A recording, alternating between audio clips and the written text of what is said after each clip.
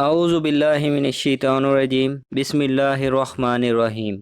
دوستو اب ہم ان واقعات پر روشنی ڈالتے ہیں جو کہ آپ علیہ السلام کی بغاوت کا باعث بنے۔ حضرت امام حسین علیہ السلام کے وقت مسلمانوں کے خلیفہ معاویہ کی موت کے بعد ان کے بیٹے نے تخت پر قبضہ کر لیا۔ یہ حضرت محمد صلی اللہ علیہ وآلہ وسلم کی وفات کے بعد پہلا خلیفہ تھا جو کہ شاہی طور پر منتخب کیا گیا، اور یہ مسلمانوں کی لیڈرشپ کے لیے ایک مناسب انتخاب سے بہت دور تھا۔ یہ غیر مہذب ظالم شخص تھا جو کہ ظاہری طور پر اپنی طرز زندگی کو اسلام کے مطابق نہیں گزارتا تھا۔ مثال کے طور پر یہ واضح طور پر شراب کو پیتا تھا جو کہ اسلام میں سختی سے منع ہے کیونکہ یہ مسلمانوں کے لیے حرام ہے۔ تاہم حضرت امام حسین علیہ السلام جو کہ اس وقت مدینہ میں رہ رہے تھے، انہوں نے یزید کی بیعت کو قبول کرنے سے انکار کر دیا۔ پھر جب کوئی بھی یزید کی بیعت کو قبول کرنے سے انکار کرتا تو یزید اسے سر قلم کرنے کی دھمکی دیتا۔ اس کے بعد مدینے کا ایک حاکم حضرت امام حسین کے پاس آپ علیہ السلام کی بیعت کرنے کے لیے آیا تو آپ علیہ السلام نے کہا، مجھے سوچنے کے لیے اور فیصلہ کرنے کے لیے تھوڑا وقت دو۔ اس کے بعد آپ علیہ السلام مدینہ سے مکہ چلے گئے جہاں پر ابھی بھی کچھ لوگ موجود تھے جو کہ یزید کے سامنے جھک نہیں رہے تھے، تو یزید نے ان لوگوں سے زبردستی اپنی بیعت کروائی۔ مکہ میں بہت سے لوگ حضرت امام حسین کی مذہبی، روحانی اور دانشور خصوصیات سے بہت زیادہ متاثر تھے۔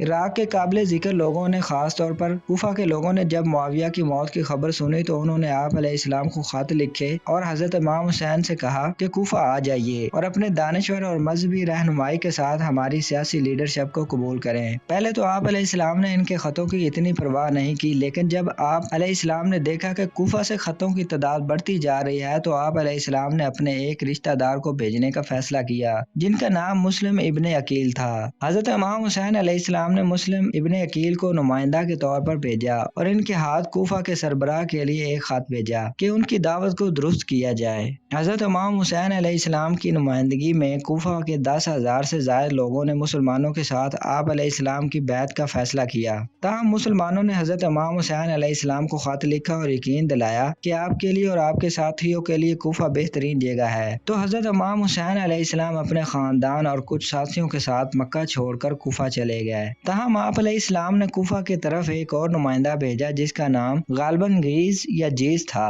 تاکہ لوگوں کو آپ علیہ السلام کے سفر کی خبر مل جائے۔ لیکن کوفہ کے لوگ بہت جلد گھبرا گئے اور انہوں نے مسلمانوں کے گرد گھیرا ڈال دیا، حتیٰ کہ کوفہ کے لوگوں نے مسلمانوں کو ان کی حرام کردہ جگہوں سے بھی نکال دیا جو کہ انہوں نے پہلے مسلمانوں کو دی تھیں۔ کوفہ کے نئے حاکم نے مسلمانوں کو پکڑا اور سر قلم کر دیے۔ اسی دوران حضرت امام حسین علیہ السلام کی طرف سے بھیجے جانے والے دوسرے نمائندہ گیز بھی وہاں پہنچ گئے۔ کوفہ کے نئے حاکم کی فوج نے آپ علیہ السلام کے نمائندہ کو پکڑا اور کوفہ میں موجود قلعہ کی چھت سے نیچے گرا دیا۔ آپ علیہ السلام کے دوسرے نمائندہ کی شہادت سے پہلے ان مسلمانوں نے چپکے سے ایک ساتھی کو حضرت امام حسین علیہ السلام کی طرف بھیجا تاکہ کوفہ کے لوگوں کی بے ایمانی اور بے وفائی کو بتایا جا سکے اور یہ بتانے کے لیے کہ آپ کوفہ کی طرف نہ آئیں۔ لیکن حضرت امام حسین علیہ السلام کے پاس کوفہ کی بے وفائی کی خبر اس وقت پہنچی جب آپ علیہ السلام مکہ چھوڑ کر نکل آئے تھے اور مسلمان کوفہ میں شہید کر دیے گئے تھے۔ 7 محرم کو ابن زیاد کی فوج نے حضرت امام حسین علیہ السلام کو اور آپ کے ساتھیوں کو فرات نامی دریا سے پانی تک رسائی حاصل کرنے سے روکا۔ تقریباً 500 کے قریب فوجیوں کو یہ حکم دیا گیا تھا کہ حضرت امام حسین علیہ السلام کے ساتھیوں کو پانی تک رسائی حاصل نہیں کرنے دینی، اور اس رات کو آپ علیہ السلام کے صرف 1-2 ساتھی دریا سے پانی لانے میں کامیاب ہوئے۔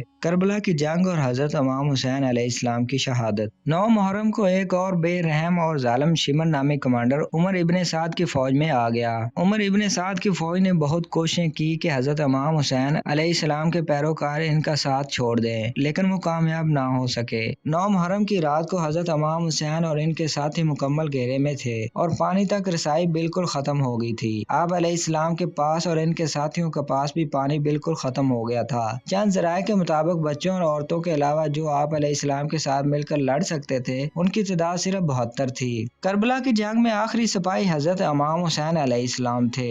آپ علیہ السلام کے تمام ساتھی شہید ہو گئے تھے اور آپ علیہ السلام بالکل اکیلے تھے جو کہ جنگ میں لڑتے رہے۔ یہ کہا جاتا ہے کہ کچھ وقت کے لیے کوفہ کے سپاہی حضرت امام حسین علیہ السلام سے جنگ کرنے کے لیے رک گئے، شاید ان کو اپنے آپ پر حضرت امام حسین علیہ السلام کے سامنے شرمندگی آ رہی تھی۔